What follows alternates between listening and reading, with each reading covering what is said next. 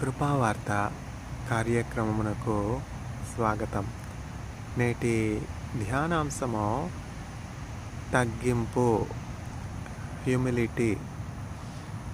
తమను తాము తగ్గించుకొనివారు హెచ్చింపబడుదురు.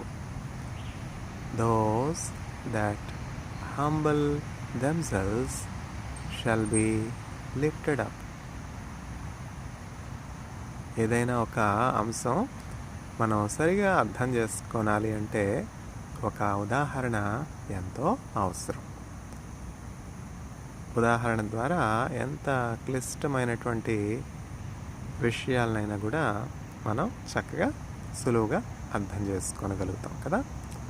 సాత్వికానికి, తగ్గింపుకు, హ్యూమిలిటీకి ఉదాహరణ ఎవరు? యేసుక్రీస్తు. ఆయన సర్వోన్నతుడై ఉన్నాడు. భూమిని ఆకాశాన్ని సృజించినటువంటి సృష్టికర్త అయి ఉన్నాడు. జీవాధిపతి అయి ఉన్నాడు. జీవాధారమై ఉన్నాడు.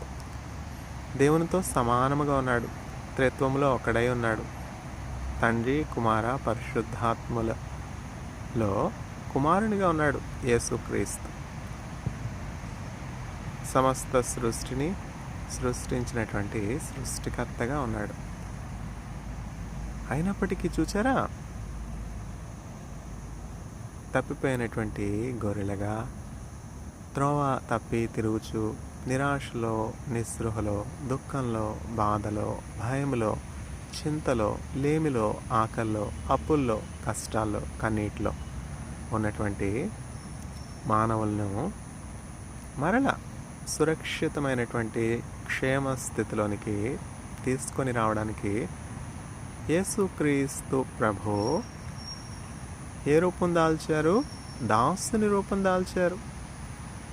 దేవునితో సమానముగా ఉండుట విడిచిపెట్టకూడని భాగ్యంగా ఎంచుకోలేదు, కానీ పరలోకాన్ని విడిచిపెట్టి దేవుని కుడిపార్శ్వన ఉన్నటువంటి ఆ ఆధిక్యతను విడిచిపెట్టి, సింహాసనమును విడిచిపెట్టి, మహిమను విడిచిపెట్టి నిత్యము పరిశుద్ధుడు, పరిశుద్ధుడు, పరిశుద్ధుడు, పరిశుద్ధుడు అని వేవేల దూత గణముల చేత స్తుతించబడుచు ఉన్నాడు యేసుక్రీస్తు ప్రభు పరలోకంలో. 24 పెద్దలు యోగ్యుడు, యోగ్యుడు, యోగ్యుడు అని యేసుక్రీస్తు ప్రభుని స్తుతిస్తూ ఉన్నారు. యోగ్యుడవో, యోగ్యుడవో యేసు ప్రభో, నీవే యోగ్యుడవో, యోగ్యుడవో, యోగ్యుడవో యేసు ప్రభో, నీవే యోగ్యుడవో. సృష్టికర్తవు, నిర్మాణకుడవు, జీవనదాత, జీవించువాడవు. శిరమును వంచి కరములు జోడించి సేవించెదనిను యేసు ప్రభో, సేవించెదనిను యేసు ప్రభో. యోగ్యుడవో, యోగ్యుడవో యేసు ప్రభో, నీవే యోగ్యుడవో. గొర్రె పిల్లవై యాగమైతివి, సిలువయందే పాపమైతివి. శిరమును వంచి కరములు జోడించి ఘనపరచెదనిను యేసు ప్రభో. యోగ్యుడవో, యోగ్యుడవో యేసు ప్రభో, నీవే యోగ్యుడవో. యేసుక్రీస్తు ప్రభు ఎంతగానో తగ్గించుకున్నారు. ఎందుకని? మానవులందరి ఎదుట రక్షణను సిద్ధపరచడానికి. మరలా రక్షణ అంటే అర్థం కాదు కదా. బైబిల్లో నిష్ణాతులకు, విశ్వాసులకు, బైబిల్ని గురించినటువంటి జ్ఞానం ఉన్నటువంటి వారికి యేసుక్రీస్తు ప్రభుని సొంత రక్షకునిగా కాపురిగా కలిగినటువంటి వారికి ఈ రక్షణ అంటే అనుభవపూర్వకంగా తెలియను. కానీ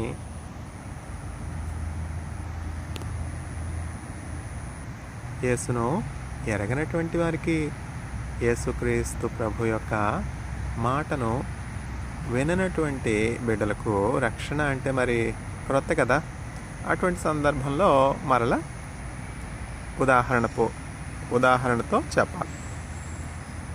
రక్షణ అంటే ఏంటంటే వరద బీభత్సము, తుఫాను, పెనుగాలి, ఉధృతి,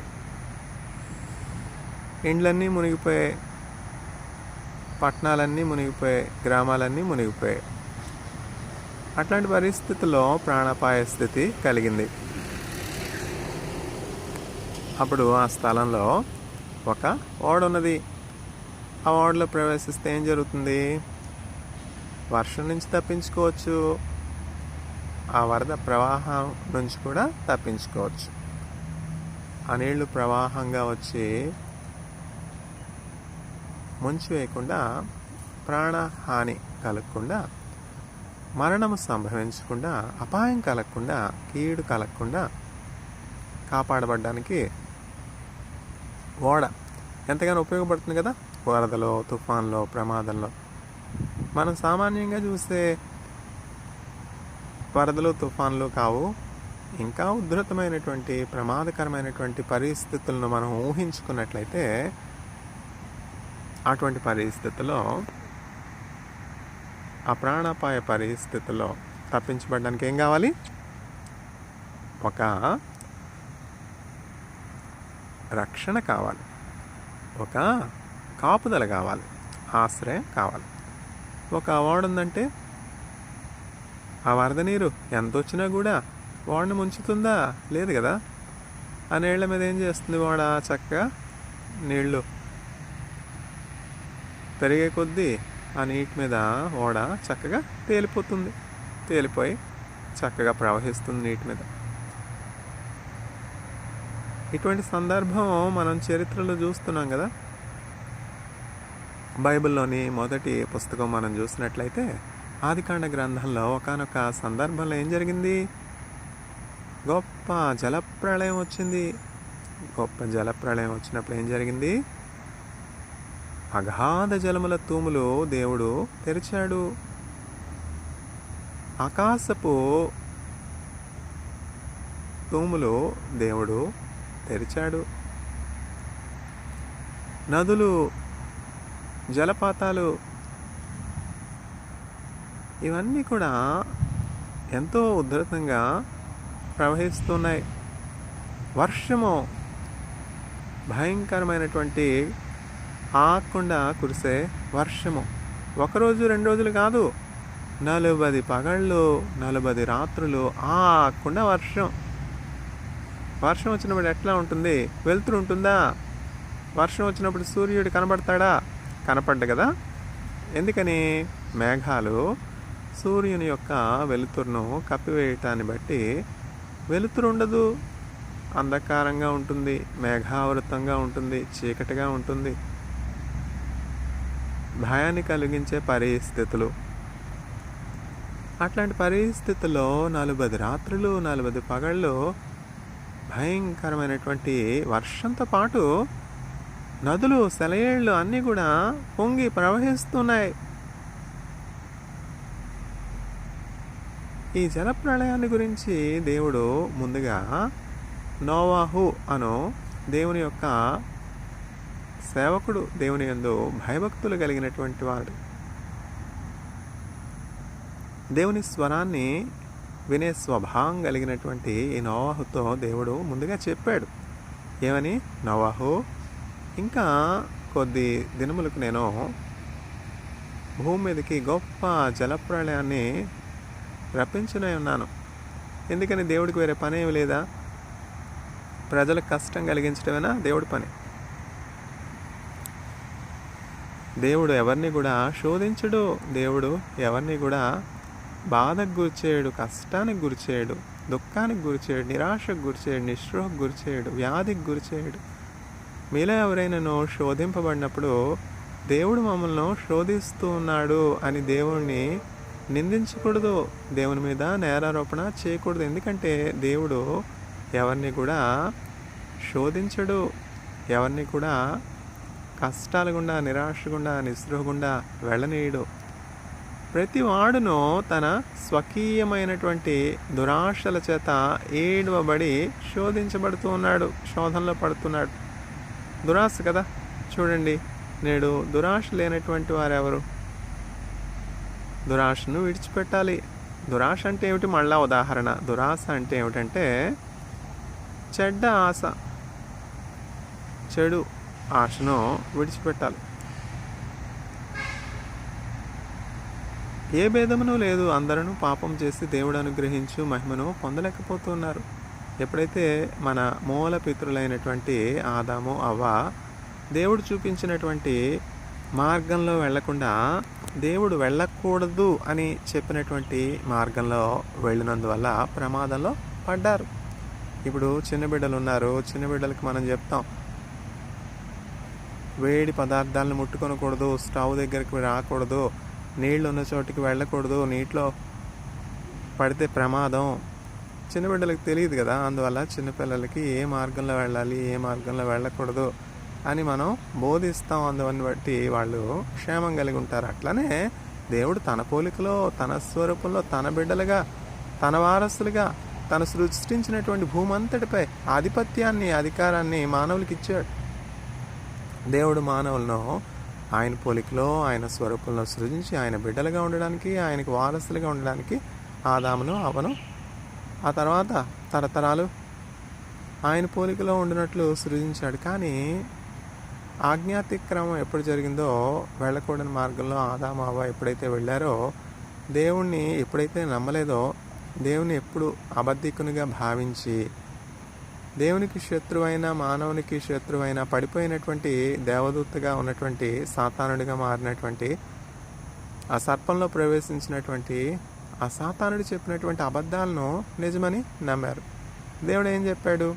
మీరు ఈ ఫలము భుజించిన తదుపరి మరణిస్తారు, మీకు కీడు సంభవిస్తుంది, మరణం సంభవిస్తుంది. ఈ ఏదైనా తోటలో ఉన్నటువంటి అన్ని వృక్ష ఫలాలు మీరు నిరభ్యంతరంగా తినవచ్చు. ఇవన్నీ కూడా నేను మీ కొరకే సృజించాను. చక్కగా ఎంతో ఆహ్లాదకరమైనటువంటి నదులు ప్రవహిస్తూ ఉన్నాయి, నీటి కొరత లేదు. ఏదైనా మనం పచ్చగా ఉన్నది, శ్రేష్టమైనటువంటి ఫలాలు, శ్రేష్టమైనటువంటి ఆహార పదార్థాలు కలిగినటువంటి వృక్షాలు అన్నీ ఉన్నాయి, జీవజల ఓటలు ఉన్నాయి, నదులు ఉన్నాయి.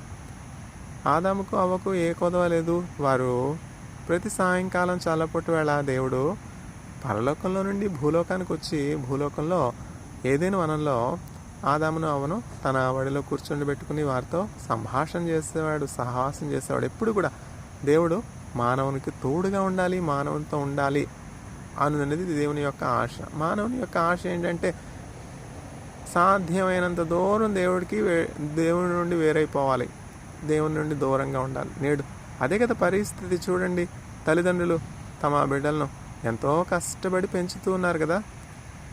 9 మాసాలు మోసి తల్లి బిడ్డను కంటూ ఉన్నది. బిడ్డ పుట్టినప్పటి నుంచి కనుపాపలాగా తల్లి కాపాడుతున్నది. తను తిని తినక బిడ్డలను పెంచుతూ ఉన్నది. తల్లిదండ్రులు అట్లాగూ బిడ్డల పట్ల బాధ్యత, భారము, ప్రేమ కలిగి పెద్దవాడినిగా చేస్తున్నారు. విద్యా బుద్ధులు చెప్పిస్తున్నారు, స్కూల్లో, కాలేజీలో జాయిన్ చేస్తూ ఉన్నారు, ఎంతో కష్టపడుతున్నారు. తొలికి ఏం జరుగుతుంది, ఏం మిగులుతుంది తల్లిదండ్రుల కంటే? దుఃఖమే కదా, ఆయాసమే కదా. తల్లిదండ్రులను విమర్శించుట, తల్లిదండ్రులు చెప్పినటువంటి మాట వినకపోవట, స్వార్థంతో, దురాశతో వృద్ధాప్యంలో ఉన్నటువంటి తల్లిదండ్రులను విడిచిపెట్టి బిడ్డలు తమకు ఏది లాభకరమో ఆ మార్గంలో వెళ్ళిపోవుట, తల్లిదండ్రులను నిరాశ్రయులుగా మిగిల్చివేయట, నిరాధారులుగా మిగిల్చివేయట. ఎంతమంది వృద్ధులు బిడ్డల చేత విడవబడి రోడ్ల మీద అనాథలుగా ఉంటున్నారు. లేకపోతే ఎందుకు వృద్ధాశ్రమాలను మనం చూస్తాం చూడండి. అట్లాగే జరిగింది. దేవుడు ఎంతో మానవుల్ని ప్రేమించారు, సృష్టికర్త. అయితే ఆదాము అవ్వ ఏం చేశారంటే దేవునికి విరోధమైనటువంటి, మానవులకి శత్రువైనటువంటి సాతానుడికి దేవుడు ఇచ్చినటువంటి ఆ ఆధిపత్యాన్ని, ఆ అధికారాన్ని, ఆ మహిమను ఇచ్చేశారు. అధికారం సాతానుడి వశం చేసేసారు. సృష్టిలో ప్రతి జీవిని నేను మీకు లోబరుస్తూ ఉన్నాను అని చెప్పి దేవుడు సృజించినటువంటి ప్రతి ప్రాణిని కూడా ఆదాము అవ్వ దగ్గరికి తీసుకొచ్చినప్పుడు ఆదాము చక్కగా వాటికి అన్నింటికి కూడా పేర్లు పెట్టాడు. జలమత్స్యములు, ఆకాశ పక్షులు, నేలను పాకు పురుగులు, అరణ్యంలో జంతువులు అన్నీ కూడా ఆదాము అవ్వ మీకు లోబడతారు. మీరు వీటినన్నింటినీ కూడా ఏలండి, వీటన్నింటిపై మీరు అధికారులుగా ఉండండి. భూలోకం నేను మీకు ఇచ్చాను, మీ కొరకు సృజించాను. ఆనందించండి, సంతోషించండి, నెమ్మది కలిగి ఉండండి, ఫలించండి, అభివృద్ధి చెందండి. ఎన్ని ఆశీర్వాదాలు! తల్లిదండ్రులు బిడ్డలు ఫలించాలని, అభివృద్ధి చెందాలని, క్షేమంగా ఉండాలని, సంతోషంగా ఉండాలని, కొదవ లేకుండా ఉండాలని, అపాయంలో పడకూడదని, ప్రమాదంలో పడకూడదని కదా వారికి అన్ని జాగ్రత్తలు చెప్తారు. స్కూల్కి వెళ్ళేటప్పుడు పలానా జాగ్రత్తలు తీసుకోవాలి, స్కూల్లో ఇట్లా ఉండాలి, అట్లా ఉండాలి, కాలేజీలో ఇట్లా ఉండాలి, అట్లా ఉండాలి, చదువులో శ్రద్ధ కలిగి ఉండాలి.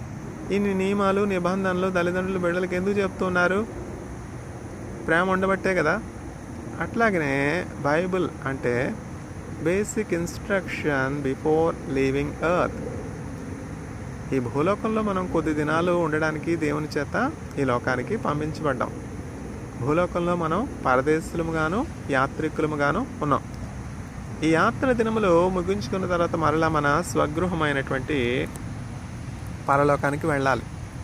ఇది వాస్తవం, ఇది తథ్యం. ఎందుకంటే మానవులు అక్షయత కొరకు సృజించబడ్డారు అన్నది సత్యము. మానవులు నిత్యము జీవించుటకు సృజించబడ్డారు అన్నది సత్యము. దేవదూతల కంటే మానవులు ఎంతో శ్రేష్ఠులు. ఎందుకంటే దేవునికి వారసులుగా ఉండుటకు దేవదూతలు సృజించబడలేదు. దేవుని యొక్క పరిచారకులుగా ఉండుటకు దేవుని యొక్క దూతలుగా వారు సృజించబడ్డారు. దేవుడు పంపించినటువంటి వర్తమానాలు అందించడానికి, దేవుడు చేయమన్నటువంటి యుద్ధాలు చేయడానికి, దేవుడు చెప్పినటువంటి కార్యాలన్నీ కూడా నెరవేర్చడానికి దేవుని యొక్క దూతలు ఉన్నారు. బైబిల్ గ్రంథంలో మనం చూసినట్లయితే దేవుని దూతలు అనేక సందర్భాల్లో మనం చూస్తున్నాం కదా. యేసుక్రీస్తు ప్రభు ఇమ్మానుయేల్ దేవునిగా శరీరంలో, రక్తంలో పాలు పంపులు పొంది భూలోకానికి రానైన సమయంలో గాబ్రియేలు దూత అంటే దేవుని యొక్క వర్తమానాలను తీసుకుని వెళ్ళి దేవుడు అందించమన్నటువంటి వారికి ఆ వర్తమానాలు అందించే దూత పేరు గాబ్రియేలు దూత. చూచారా, నిర్దిష్టమైనటువంటి పేర్లున్నాయి. వేవేల దూతలు ఉన్నప్పటికీ కూడా ఆ దూతలన్నింటి పేర్లు ఆయనకి తెలియదు కదా. ఆ దూతలన్నింటి లెక్క ఆయనకి తెలియదు కదా. ఇది ఎట్లా సాధ్యం? ఇప్పుడు చూడండి, చైనా దేశంలో 1.4 బిలియన్ ప్రజలు ఉన్నారు. ఎంతో గొప్ప జనాంగం కదా. ప్రపంచంలో ఉన్నటువంటి దేశాలన్నింటిలో కూడా అత్యధికమైనటువంటి జనాభా ఏ దేశంలో ఉన్నారు? చైనా దేశంలో ఉన్నారు. అటువంటి శ్లాఘ్యత, ఘనత, ఆశీర్వాదం కలిగినటువంటి దేశంలో నేను అడుగుపెట్టడానికి యేసుక్రీస్తు ప్రభు నాకు ఎంతో కృపనిచ్చారు. ప్రభువా, నా కాలగతులు నీ చేతిలో ఉన్నవి అని దావీదు చెప్తున్నాడు. ఎవరు? ఇజ్రాయెల్ దేశంపై రాజుగా ఉన్నటువంటి దావీదు ఏమని చెప్తున్నాడు? ప్రభువా, నా కాలగతులు నీ చేతిలో ఉన్నవి. రాజే ఇజ్రాయెల్ దేశం అంతటిపై అధికారిగా ఉన్నాడు. ఆయన తలబిరుసా, తలపొగరా లేదే. ఎంత తగ్గింపు దావీదుకు! ఎందుకని ఆ తగ్గింపు? అంటే కృతజ్ఞత కలిగినటువంటి వాడిగా ఉన్నాడు దావీదు తన ప్రారంభ స్థితిని మరచిపోలేదు. తను ఏ స్థితిలో నుంచి లేవనెత్తబడ్డాడు, ఏ స్థితిలో నుంచి హెచ్చించబడ్డాడు, ఎవరి చేత హెచ్చించబడ్డాడు, తనకు కలిగినటువంటి ఆధిక్యత, తనకు కలిగినటువంటి ఘనత, ఐశ్వర్యము, సింహాసనము, భార్యలు, బిడ్డలు, సేవకులు, రథాలు, ఇండ్లు, పొలాలు, ఈ ఆధిక్యతలన్నీ కూడా శ్రేష్టమైనటువంటి భోజన పదార్థాలు ఇవన్నీ ఎక్కడి నుంచి కలిగాయి అన్నటువంటి ఆ సత్యాన్ని దావీదు గ్రహించగలిగాడు. ఈ వివేచన చాలా మందికి నేడు కొదవై ఉన్నది. ధరలోన ధనధాన్యములనీయగా కరుణించి రక్షించి కాపాడగా పరలోకనాదుండు నీకీయగా మరి యేసు కొరకీయవెనుదీతువా నీ ధనమో నీ ఘనమో ప్రభు యేసుదే నీ దశమా భాగము నీయావెనుదీతువా వెలుగు నీడలు గాలి వర్షంబులు కలిగించ ప్రభు నీకు ఉచితంబుగా తొలగించ పలు బాధ భరితాంబులు చెలువంగ ప్రభుకి చింతింతువా. దావీదంత కృతజ్ఞత కలిగి ఉన్నాడు, ఎంత తగ్గింపు కలిగిన మానికి ఉన్నాడు. ప్రభువా నా కాలగతులు నీ చేతిలో ఉన్నవి. O Lord, my times are in your hands. What a great wisdom, what a great understanding. King David is the greatest, wisest kings in the world. History doesn't say so. History says alternatively. History says Solomon is the wisest king. It is true only to some extent. Solomon started his career as a king to be as a wisest king, but his end is not as wise as his start, as wise as he was in his starting.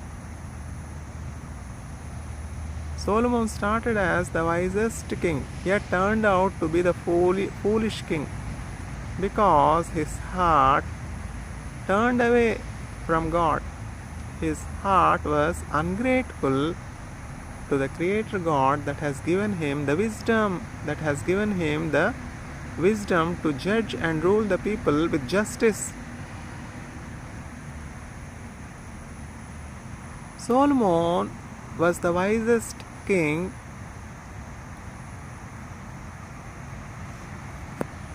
when he was anointed as the king over Israel.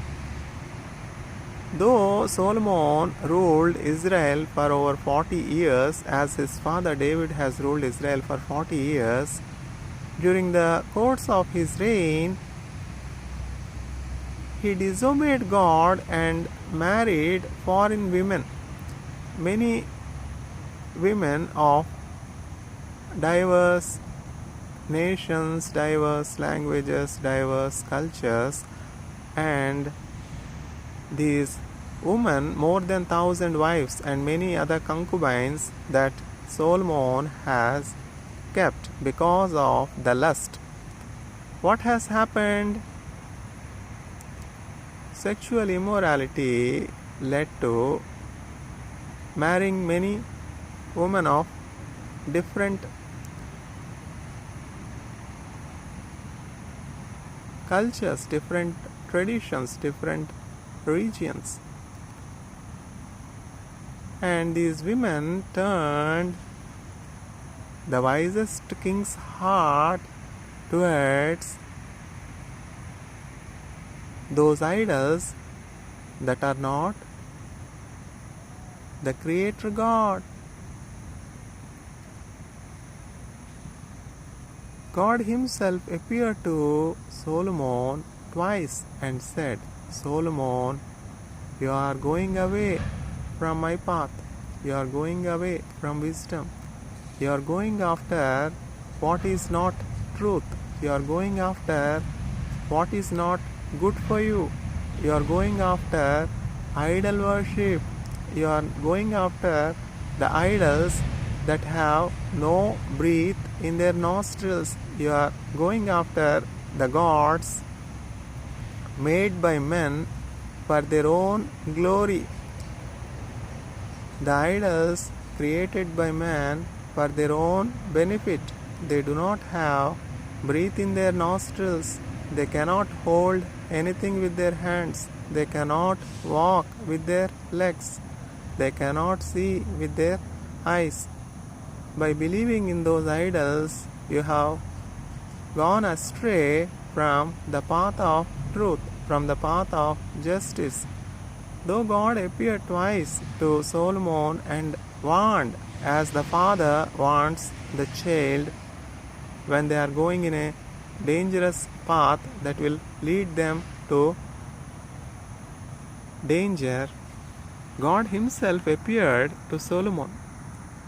So Solomon's end was not as wise as his beginning. Though history is true partially, Solomon was the wisest king. Indeed, Solomon was the wisest king.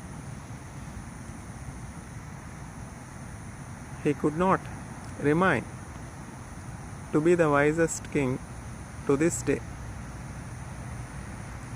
Yet his father David remained the wisest king in the history because his heart was loyal to the one who has given him the kingship, who has anointed him over his chosen people Israel. So King David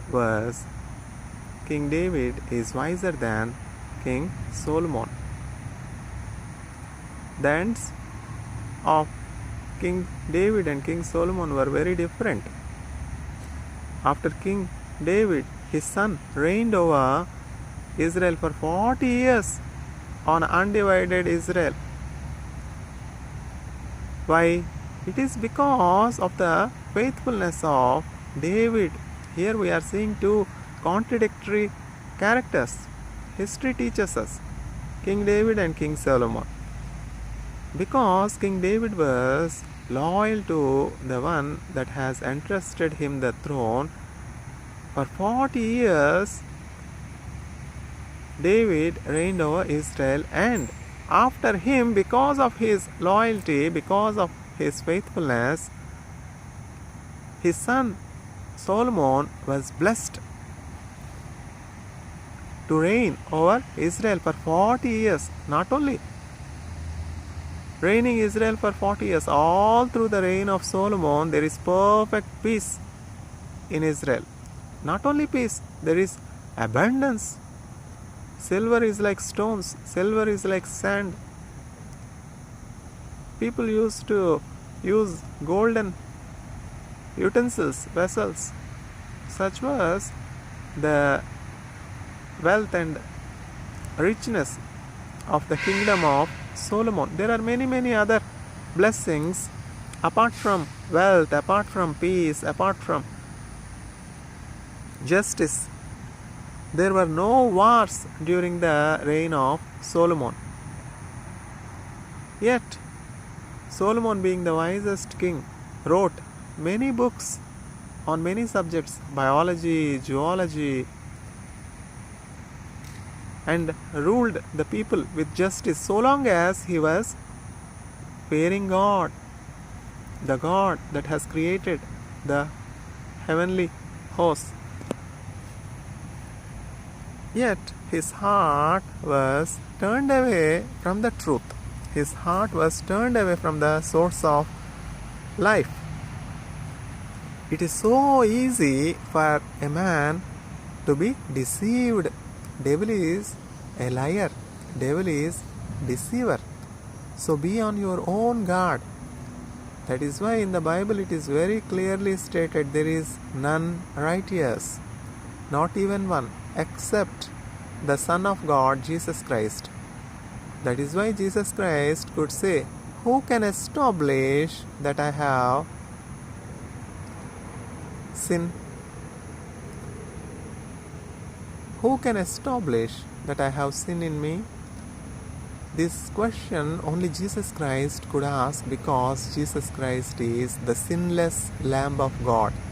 God Himself is testifying regarding Jesus Christ. This is my beloved Son in whom I am well pleased. Jesus Christ remained faithful to the Father and fulfilled all the will of the Father.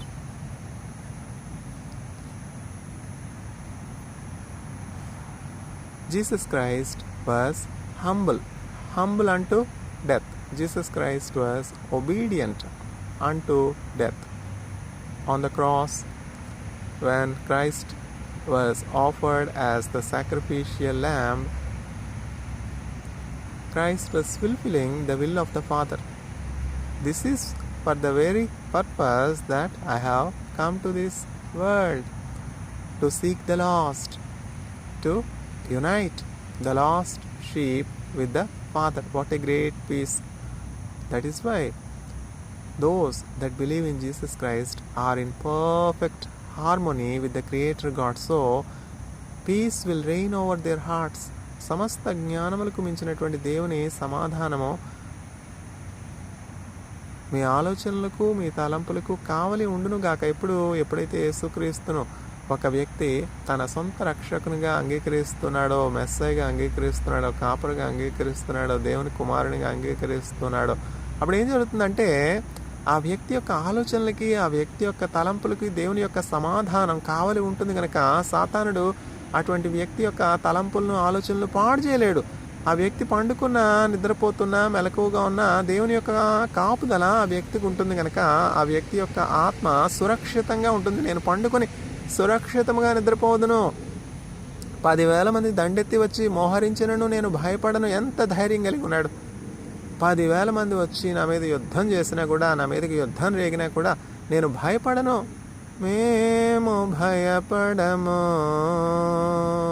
మేము భయపడము, ఏ కీడు రాదని యేసే చెప్పెను మాకు, మేము భయపడము.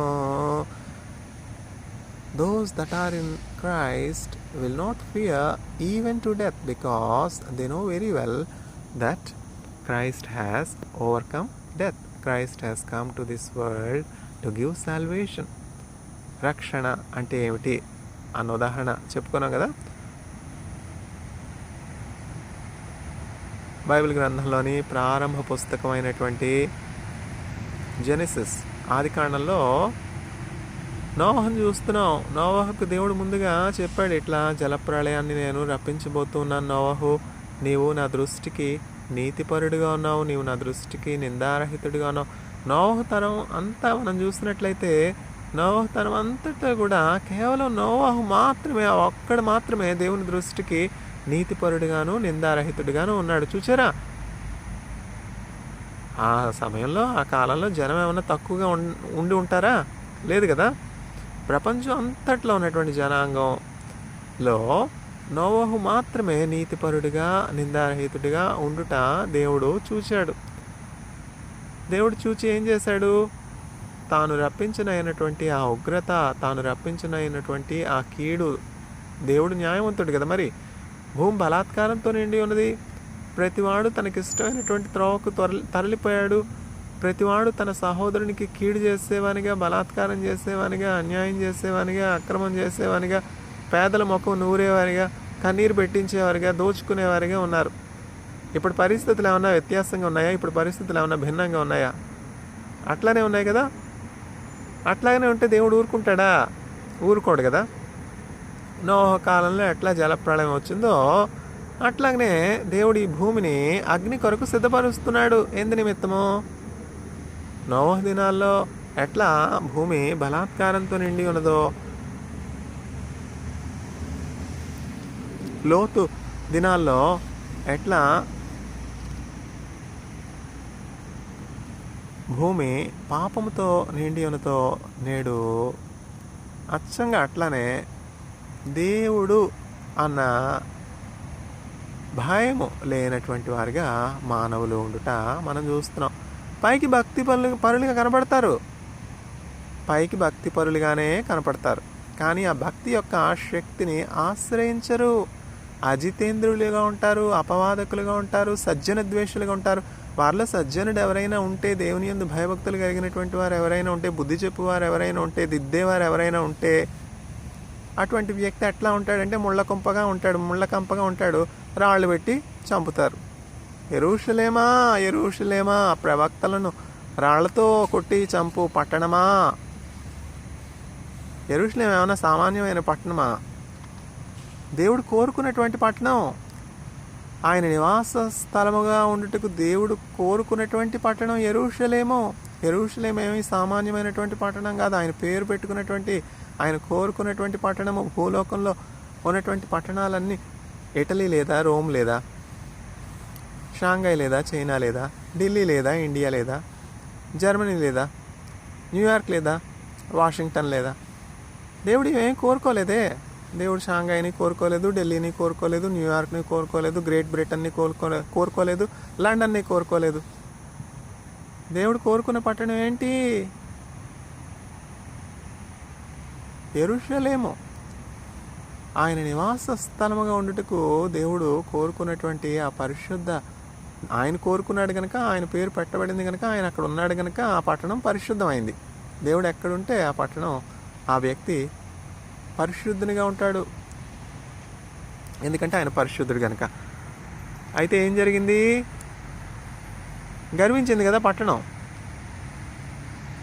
అహంకారం గర్వం కలిగింది. పట్టణం అంటే పట్టణంలో ఉన్నటువంటి నివాసులకి, పట్టణానికి కాదు. ఆ పట్టణంలో ఉన్నటువంటి నివాసులకి ఏం కలిగింది? అహంకారము, గర్వము, బలాత్కారము, అన్యాయము. పట్టణం అంతా రక్తంతో నిండింది. అందువల్ల దేవుడు ఏమని చెప్తున్నాడు? యెరూషలేమా, యెరూషలేమా, ప్రవక్తలను రాళ్లతో కొట్టి చంపు పట్టణమా,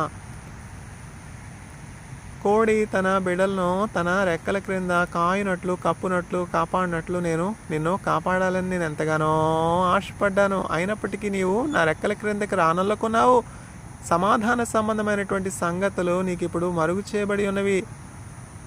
యెరూషలేం ప్రాకారాల చుట్టూ శత్రు సైన్యం దండెత్తి వచ్చినప్పుడు అప్పుడు నీకు అర్థమవుతుంది నేను చెప్పినటువంటి ఈ మాట. ఇప్పుడు గ్రద్ద వస్తున్నది. గ్రద్ద వస్తుందంటే అర్థం ఏంటి? గ్రద్ద ఎక్కడ ఉంటుంది? పీనుగు ఎక్కడుంటే అక్కడ గ్రద్ద ఉంటుంది కదా. శవం ఎక్కడుంటే అక్కడ గ్రద్ద ఉంటుంది కదా. ఆ పీనుగును వెతుక్కుంటూ గ్రద్ద వస్తూ ఉన్నది. కోడి పిల్లలు ఉన్నాయి. ఆ కోడి పిల్లలను గ్రద్ద ఎత్తుకొని పోవడానికి పైనుంచి ఆకాశంలో ఉన్నతమైనటువంటి స్థలంలో నుంచి చూసి రెక్కలు చాపుకొని ఆ గ్రద్ద కోడి పిల్లలను ఎత్తుకొని పోవడానికి, త్రుటిలో అపహరించడానికి వచ్చే సమయంలో కోడి ఏం చేస్తుంది?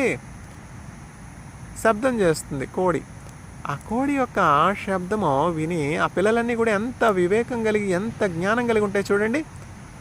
తల్లి ఆ కోడి శబ్దం చేసినప్పుడు ఆ చిన్న కోడి పిల్లలన్నీ కూడా పరుగున ఎక్కడున్నప్పటికీ కూడా ఆ తల్లి దగ్గరికి వచ్చేస్తాయి. ఆ తల్లి ఏం చేస్తుంది? కోడి తన రెక్కల క్రింద ఆ పిల్లలన్నింటినీ కప్పేస్తుంది. వెంటనే గ్రద్ద ఇక నా తంత్రము నేను ప్రయోగించలేను, నేను ఈ పిల్లలను అపహరించలేను, ఈ పిల్లలను నేను హాని చేసి అపహరించలేను, ఎందుకంటే తల్లి రెక్కల క్రింద సురక్షితంగా ఉన్నాయి కోడి పిల్లలు అని చెప్పి వెళ్ళిపోతుంది గ్రద్ద. చూచారా? అందువలన మనం ఎప్పుడైతే యేసుక్రీస్తు అను కాపరి దగ్గరికి వస్తామో ఈ గ్రద్ద వంటి సాతానుడు మన్నేమీ చేయలేడు. హాని లేదు, హాని లేదు, హాని లేదు, హాని లేదు, హాని లేదు, హాని లేదు. నేను యేసు రక్తంలో ఉన్నాను, నేను యేసు రక్తంలో ఉన్నాను, సాతాను వలన నాకు హాని లేదు. చూచారా? ఇప్పుడు సైంటిస్టులు చక్కగా స్టీల్త్ మెటీరియల్స్ అని తయారు చేస్తారు. స్టీల్త్ మెటీరియల్స్ అంటే ఏమిటంటే, ఒక పదార్థంతో కోట్ చేయబడినట్లయితే, కోటింగ్ వేసినట్లయితే, పూత పూసినట్లయితే, ఏ వస్తువుకైతే మనం పూత పోస్తామో ఈ స్టీల్త్ మెటీరియల్ ద్వారా అది కంటికి కనపడదు. ఆ వస్తువు ఉంటుంది, కానీ ఈ స్టీల్త్ మెటీరియల్తో కప్పివేయడాన్ని బట్టి ఏం జరుగుతుందంటే అది చూచేవారి కన్నులకు అదృశ్యమైపోతుంది. ఇప్పుడు ఆకాశంలో విమానం వెళుతుందనుకోండి, ఆ విమానాన్ని ఆ ధ్వని బట్టి మనం చూస్తాం. తదుపరి మన కంటి ద్వారా కూడా ఆ విమాన ఆకారాన్ని బట్టి మనం చక్కగా చూడగలుగుతాం కదా. కానీ అదే విమానానికి స్టీల్త్ మెటీరియల్ వేసి చక్కగా పూత పూసినట్లయితే, అట్లనే శబ్దం రాకుండా చేసినట్లయితే దాన్ని ఎవరు కూడా కంటి ద్వారా చూడలేరు. అట్లనే సాతానుడి యొక్క దృష్టి మన మీద పడకుండా ఉండాలి అంటే, సాతానుడికి మనం మరుగై ఉండాలి అంటే, యేసుక్రీస్తు ప్రభు యొక్క పరిశుద్ధ రక్తము మన మీద కప్పబడి ఉండాలి.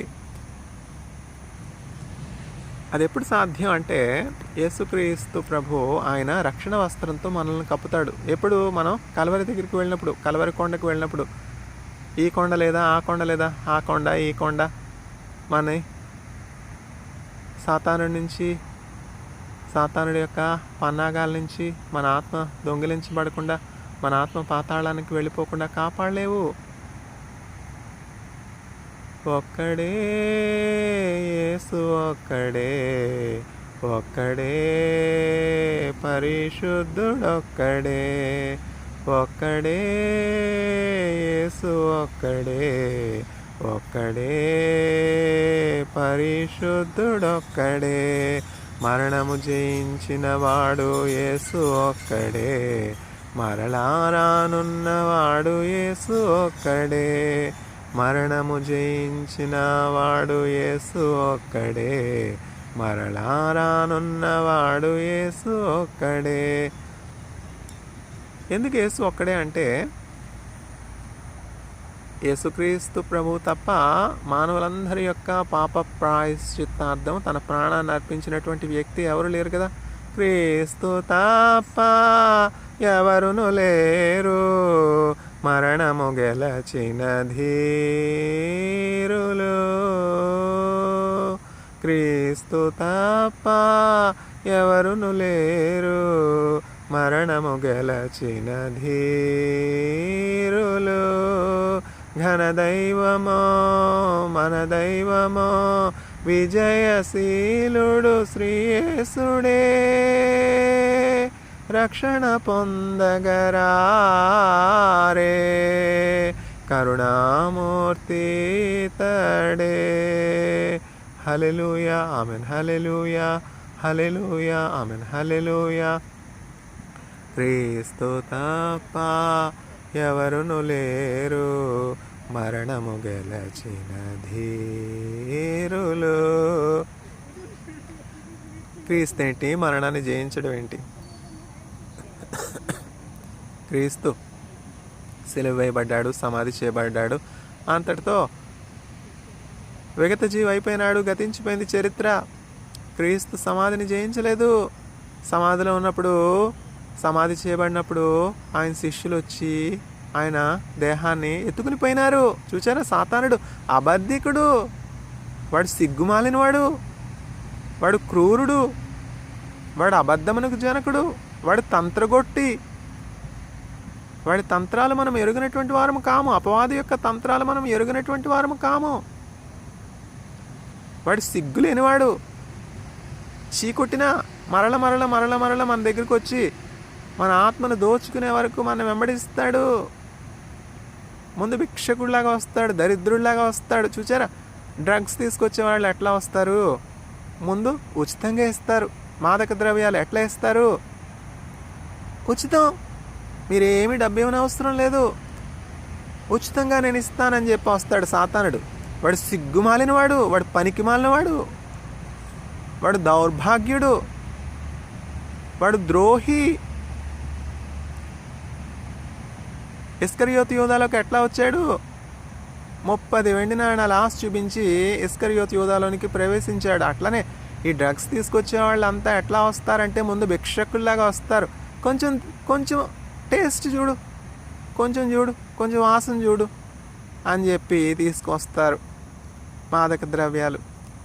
ఏముంది? స్కూల్లో ఉన్నటువంటి ఆడబిడ్డలు, స్కూల్లో ఉన్నటువంటి యవన ప్రాయంలో ఉన్నటువంటి బిడ్డలు, ఫ్రెండే కదా, స్నేహితుడు కదా, నాకు మేలే చేస్తాడు, కీడు చేస్తాడా? ఇది ఫ్రెండ్స్ మేలు చేసే ఫ్రెండ్సా, పాడు చేసే ఫ్రెండ్స్ కదా. స్నేహితుడు ప్రాణప్రియుడు, ఇతడే నా ప్రియ స్నేహితుడు. స్నేహితుడు ప్రాణప్రియుడు, ఇతడే నా ప్రియ స్నేహితుడు. నా సమీప బంధువుడు, దీన పాపి బాంధవుడు. స్నేహితుడు ప్రాణప్రియుడు, ఇతడే నా ప్రియ స్నేహితుడు. బాధలలో నన్ను ఆదరించెను, వేదనలాయందు తోడునిచ్చెను. నా భారమంతయు తొలగించెను, క్షీర ద్రాక్షలే సేద తీర్చెను. వాడు దొంగ, సాతానుడు దొంగ. వాడు దోచుకునేవాడు. డ్రగ్ తీసుకుని వచ్చేవాళ్ళు ఎట్లా వస్తారు, మాదక ద్రవ్యాలు అమ్మేవారు ఎట్లా వస్తారంటే ముందు ఉచితంగా ఇస్తారు. కొంచెం కొంచెంగా ఒక వ్యక్తి, ఒక యవన బిడ్డ, స్కూల్కి వెళ్ళే బిడ్డ కావచ్చు, కాలేజీకి వెళ్ళే బిడ్డ కావచ్చు, ఉద్యోగస్తులు కావచ్చు, కొంచెం ఆ మత్తు పదార్థానికి అలవాటు పడిన తర్వాత ఏం చేస్తారంటే డబ్బులు ఇస్తేనే కానీ ఇవ్వం అంటారు. ముందు భిక్షకుడిలాగా వచ్చినటువంటి మాదక ద్రవ్యాన్ని అమ్మే వ్యక్తిలో ఉన్నటువంటి సాతానుడు చూచారా, చివరికి ఏం జరిగింది? భిక్షకుడుగా వచ్చి నీ మీద ప్రభువుగా, నీ మీద అధికారిగా, నిన్ను లోపరుచుకునేవానిగా, నిన్ను బలాత్కారం చేసేవానిగా, నిన్ను బానిసగా చేసేవానిగా సాతానుడు ఉన్నాడు. చూసారా, ఇది సాతానుడి యొక్క తంత్రము. పౌలు చెప్తున్నాడు, మనం అపవాది యొక్క తంత్రములు ఎరుగినటువంటి వారము కాము. కాబట్టి మాదక ద్రవ్యాలైనా మత్తు పదార్థాలైనా ఏమైనా కూడా నిన్ను ఏది ఆకర్షిస్తున్నదో జాగ్రత్తగా చూసుకో. సమయమును పోనేక సద్వినియోగం చేసుకునే యవన బిడ్డలు తమ సమయాన్ని సద్వినియోగం చేసుకోవాలి. తమ సమయాన్ని పాడు చేసుకోనకూడదు. యవన ప్రాయం ఎంతో విలువైంది. మరలా యవనస్తులందరికీ కూడా యేసుక్రీస్తు ప్రభు మంచి మాదిరిగా ఉన్నాడు. యేసుక్రీస్తు ప్రభు పరిశుద్ధంగా ఉన్నాడు. యోసేపు పరిశుద్ధమైనటువంటి జీవితం జీవించడానికి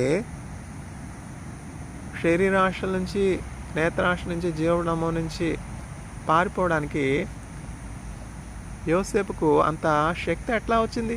యేసుక్రీస్తు ప్రభు వల్లనే వచ్చింది. యేసుక్రీస్తు ప్రభు చూపించినటువంటి మాదిరి వల్ల, యేసుక్రీస్తు ప్రభు యొక్క వాక్యము, ధర్మశాస్త్రము యోసేపు హృదయంలో రాయబడుతున్న బట్టి యోసేపు యొక్క యజమానుని యొక్క భార్య తనతో కూడా శయనించమని ప్రేరేపించినా కూడా యోసేపు ఒప్పలేదు. కాలగతులు మారిపోతున్నాయి. యోసేపు కాలంలో ఉన్నట్టు పరిశుద్ధంగా జీవించాలంటే ఎట్లా సాధ్యం? ఎప్పుడైతే యోసేపు పరిశుద్ధంగా జీవించినట్లు మనం జీవిస్తామో, ఎప్పుడైతే యేసుక్రీస్తు ప్రభు వాక్యానుసారంగా మనం జీవిస్తామో, అప్పుడు మనం యోసేపులాగా ఆశీర్వదించబడతాం. యోసేపు పరిశుద్ధంగా జీవించాడు. తన యజమానుని యొక్క భార్య ప్రేరేపించినప్పటికీ కూడా తన యజమానుని యొక్క పడకను అపవిత్రం చేయలేదు కదా, పారిపోయినాడు. నా యజమానునికి విరోధంగా, పరలోకంలో ఉన్నటువంటి నా దేవునికి విరోధంగా నేను ఇంత గొప్ప పాపం ఎట్లా చేస్తాను అని చెప్పి యోసేపు ఏం చేశాడు? పాపము నుండి పారిపోయినాడు. Just saying no is not sufficient. Turn back and right. Turn back and run from the drugs. Just saying no is not sufficient. When a person that brings the drugs to you, he will bring like a beggar. He will offer freely. Once you are addicted, he will demand money. This is the trick of devil. This is only one example that indeed you will be free when Christ sets you free. Not only drugs, it can be alcohol, it can be addictions to pornography, it can be any other desire away from God that will take man to sin, to disobedience, to faithlessness. As a result, he will lose bearing fruit. The life will become barren. Life will become full of failures, discouragement, disappointment, and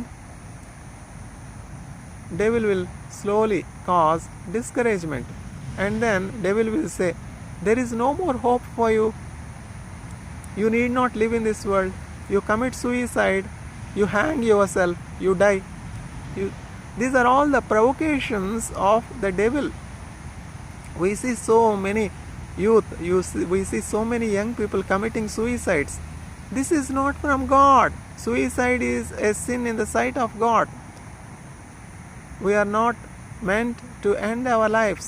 We have to fulfill our earthly journey, and in the will of God, at a ripened age, we are to be restored to our heavenly home above. In my Father's house there are many mansions. In my Father's house there are many dwelling places. I am going to prepare a dwelling place for you. Christ is so intimate to you. Christ loves you so much because there is none that has shed his blood for you. There is none that has paid his life as a ransom to redeem you. So Because Christ has set you free, because Christ's word is dwelling in you, because you are made in the image of God, devil should not have any power on you. Drugs should not have any power on you. Alcohol should not have any power on you. Pornography should not have any power on you. You should lead a victorious life like Joseph. You should be a fruit-bearing tree. You should bring revival to your father. You should bring revival to your mother. You should be a source of providence to your siblings. This is what we are seeing in the life of Joseph. Joseph revived his father in his old age. Joseph became a source of providence to his siblings in their poverty, in their hunger. Christ can make you a Joseph. Christ can bless you abundantly, provided you flee from sexual immorality. You flee away from the passions caused by the devil. You flee away from the weapons of devil. Devil has many weapons. Devil used the weapon of adultery to catch hold of Samson, the mighty warrior. Through adultery, Samson was blinded. Samson was sold by Delilah to Philistines. Devil has many weapons. Be vigilant. Be on your own guard. Come to the Savior. Come to the Shepherd. Come to the Word of God. Dwell in safety. As Noah was hearing the Word of God and building his life on the Word of God, and he could save his family from the flood. Each one of us should come to Jesus. Jesus is the Savior. Jesus is the author of our faith and perfecter of our faith. All those that are in Jesus are having immunity from all the dangers in this world.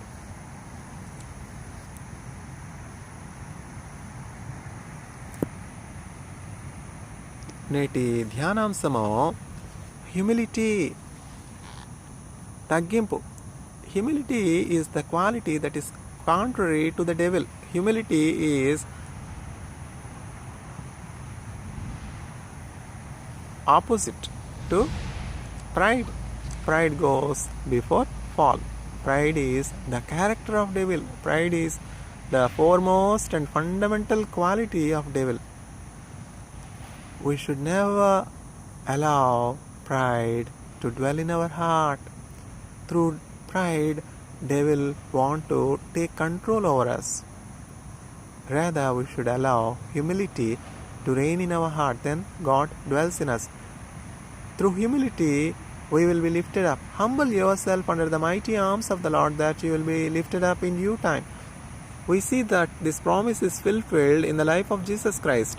All through the 33.5 years of Christ's life on earth, Christ was humble. There is no trace of pride in Jesus Christ. Christ was obedient in doing the will of God unto death. So what is the result? God raised Christ from dead. Death could not hold Christ captive. క్రీస్తు తప్ప ఎవరును లేరు, మరణము గెలచిన ధీరులు. క్రీస్తునేంటి? పలానవారు లేరా మరణాన్ని జయించలేదు. Devil is good at duplication. Do not believe what is wrong. Devil is the liar. Devil is good at duplication. Devil makes many gods. Oh Jerusalem, your gods are as many as your streets. In every street you have an idol. From where the idol worship originated? Does Aaron the high priest did not make the golden calf to please the Israelites? There the idol worship originated. Moshe, the people that you have brought from Egypt were corrupted. They have gone astray. They are ungrateful. Their hearts turned away.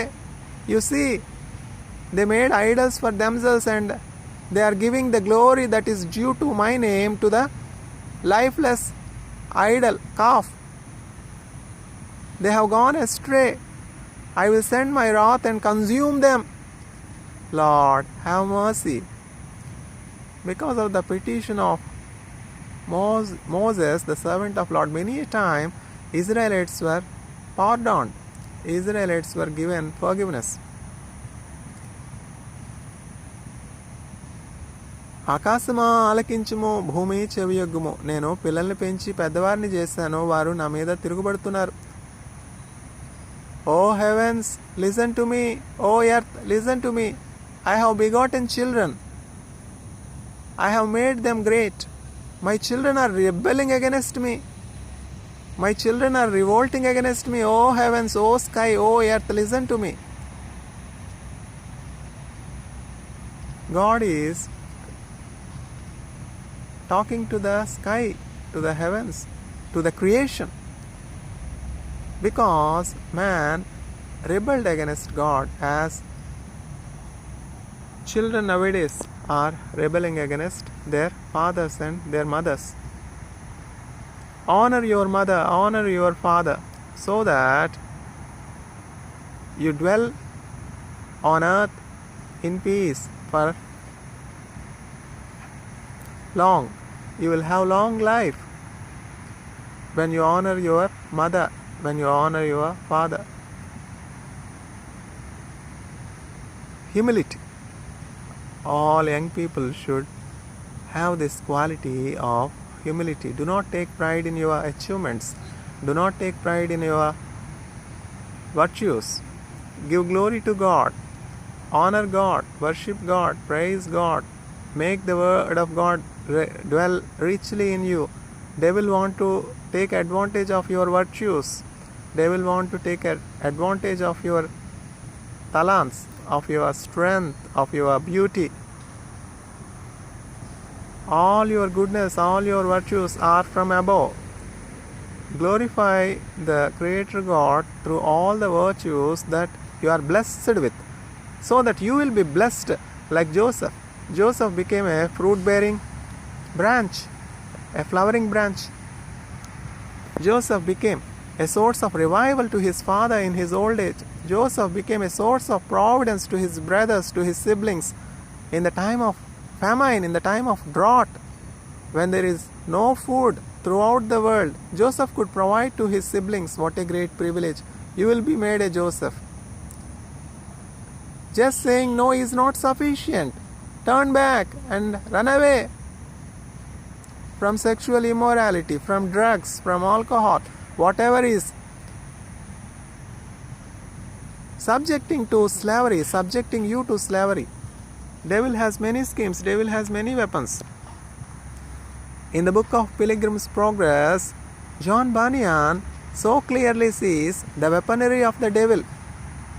Devil's weaponry is shown to the Christian, and the interpreter, Holy Spirit, interprets the various kinds of weapons the invisible devil uses over man to rob him of his faith, to rob him of his virtues, to rob him of his soul, to rob him of his eternal life.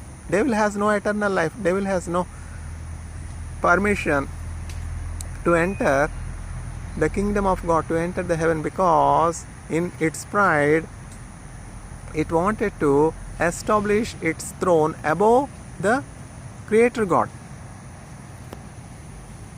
తేజో నక్షత్రమా, సర్వోన్నతుని సింహాసనం యొద్దకు నిన్ను నీవు హెచ్చించుకొనేదను అనుకుంటున్నావు కదా. పాతాళం వరకు నీవు త్రొక్కివేయబడదు, పాతాళం వరకు నీవు నెట్టివేయబడదు. సాతానుడు, పరలోకంలో దూతగా ఉన్నటువంటి సాతానుడు అహంకారానికి, గర్వానికి చోటిచ్చి దేవుని కంటే హెచ్చుగా నన్ను నేను హెచ్చించుకుంటాను అని తలంపు ఆ దూతలోనికి వచ్చినప్పుడు ఏం జరిగిందంటే, ఆ దూత పాతాళానికి క్రిందకి నెట్టివేయబడింది. పరలోకం నుండి పడవేయబడినటువంటి దూతల సమూహాలన్నీ కూడా భూలోకంలో దేవుడు తన బిడ్డలుగా చేసుకున్నటువంటి మానవుల్ని పాడు చేయుటకు, వారిని మార్గము తప్పించడానికి ప్రయత్నం చేస్తున్నాయి. విగ్రహారాధన దేవునికి దుఃఖాన్ని కలుగజేసేదిగా ఉన్నది. నిజదేవుడిని తెలుసుకొనాలి. ఆది యందు వాక్యము ఉండెను, వాక్యము దేవుని యొద్ద ఉండెను, వాక్యము దేవుడై ఉండెను.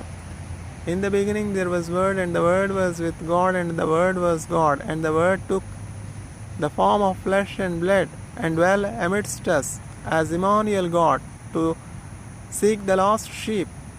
As